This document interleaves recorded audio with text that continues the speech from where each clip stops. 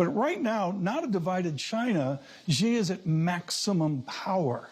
Does it give way in 2023? Does his power after that Congress, Dr. Bremmer, does it ebb? It doesn't. And good to be with you, Tom. Happy New Year to you. It's always good to be kicking this off with you.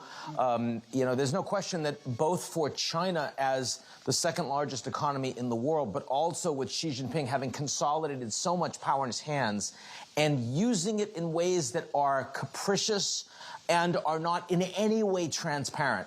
The global economy has never experienced anything like that. That level of uncertainty in the persona of one human being. We've seen it with the decision to do a complete 180-degree volte-face with the pandemic and zero COVID. We've seen it with $1 trillion off of market value of Chinese tech stocks because Xi Jinping decided that he was going to squeeze them.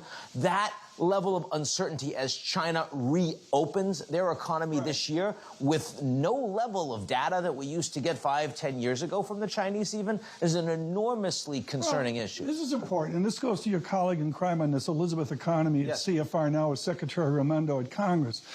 Economy told me years ago, don't overestimate Xi's power. Have we seen the maximum? Have we brought down, do we see him weaken, particularly off the COVID disaster? We see China weaken a little bit on the global stage. Certainly the lessons they're taking for Taiwan, now that they've seen the United States and NATO in Ukraine, the lessons they're taking from concerns about American economic strength vis-a-vis China on semiconductors, for example, on the ability and willingness to impose export controls, and the fact that the Chinese have sat on their hands. Xi Jinping is not in the same geopolitical position he was in before the pandemic started, but politically inside China, he is only stronger.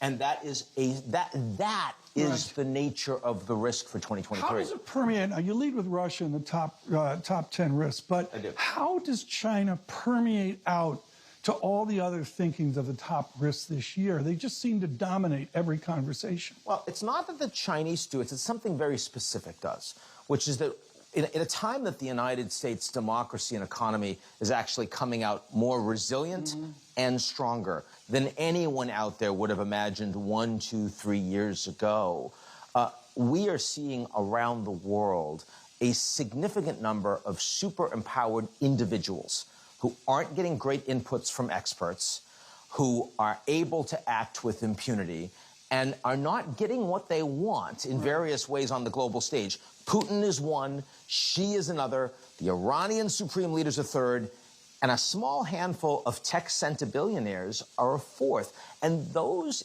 individuals are driving a discommensurate amount of global risk in the marketplace right now. Let's look at your work. G0, the concept of G20, G8, G7, down to a codified Bremmer phrase, G0, or much more importantly for Americans, us versus them, is the basic drama out there. How do we prosecute in 2023 a foreign policy with Xi? Forget about Putin.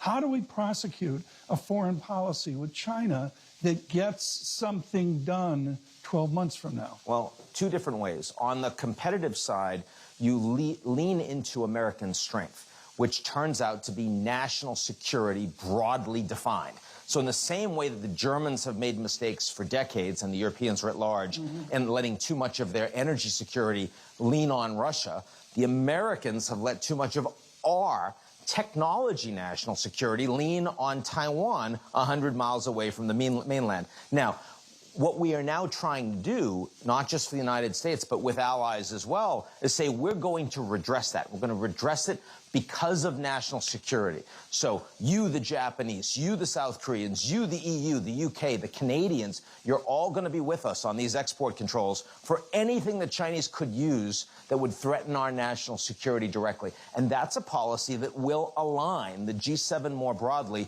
on China. That's important. But at the same time, Biden does not want to be in a Cold War with the Chinese. He doesn't want to fight over Taiwan, and he doesn't want the impact of competition on national security to bleed out into the broader economic interdependence of the two countries. I'm looking for something new here, and I haven't gotten it from Secretary Blinken. I don't think I've gotten it from the Biden administration. Let's go back to something like the military-industrial complex. This is back when Tulane had terrible football, and they won against a year ago? Yeah, a year ago. They stunned USC last night, which was great to see. But the shock of Tulane football, I'm looking for a shock in the Bremmer world.